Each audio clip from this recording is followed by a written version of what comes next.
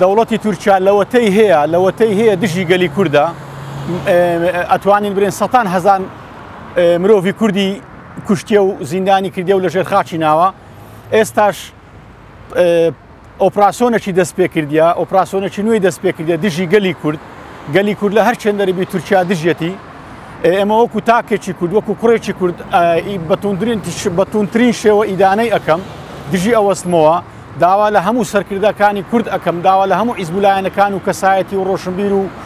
گەلی کورد ئەەکەم، هەمان بە یەک گرتووی، هەمان بە یەک دەست، هەمان بە یەک بڕیار، هەمان بە یەک بەیاننامە دژی ئەو داژیرکەرەی تورکیا بوەستنەوە. ئەو ئۆپراسۆنەی دەوڵەتی تورکیا هەت خودی تورکیا هەربوونی تورکیای گەورەترین مەترسیە بۆ سەر گەلی کورد لەوەتەی هەیە. ئێستاش کە ئەو ئۆپراسۆنەی دەست پێ کردیا مەترسیەکی زۆر گەورەیە بۆ سەر گەلی کورد، بۆ سەر هەموو پارچەکان. لە لای تورکیا کوردی جیاوازی نیە، ئەوە ئێمەینە فێڵ لە خۆمان دەکەین، ناو ناتۆرەمان لێدەنین، لێکمان جیاکەنەوە گەنا لە لای دەوڵەتی تورک کورد ئامانجەکەیە، کورد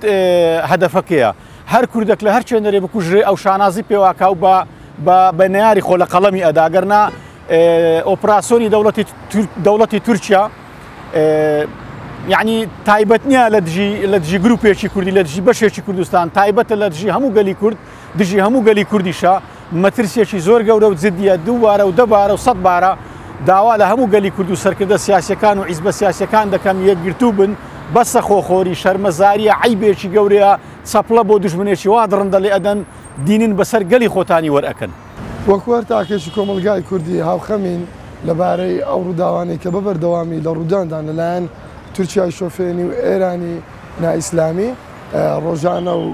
2 بارە و 3 بارە و 10 بارە دەبینین ئەو حاڵەتانی کە بردومانی چیاکانی کوردستان و بەشەکانی کوردستان دەکەن. ئێمە دڵگرانی خۆمان ڕادەگەێنین و ئومێدەوارین دەسەڵاتی کوردی لە ئاست ئەو داگیرکاری ئەو هێرشە توند و تۆڵانە بێنەک نەبێت و هەنگاوی نوێ و جدیانە باوێت بۆ ڕاگرتن و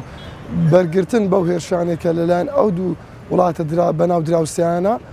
بەرامبەر ئێمە دەکرێت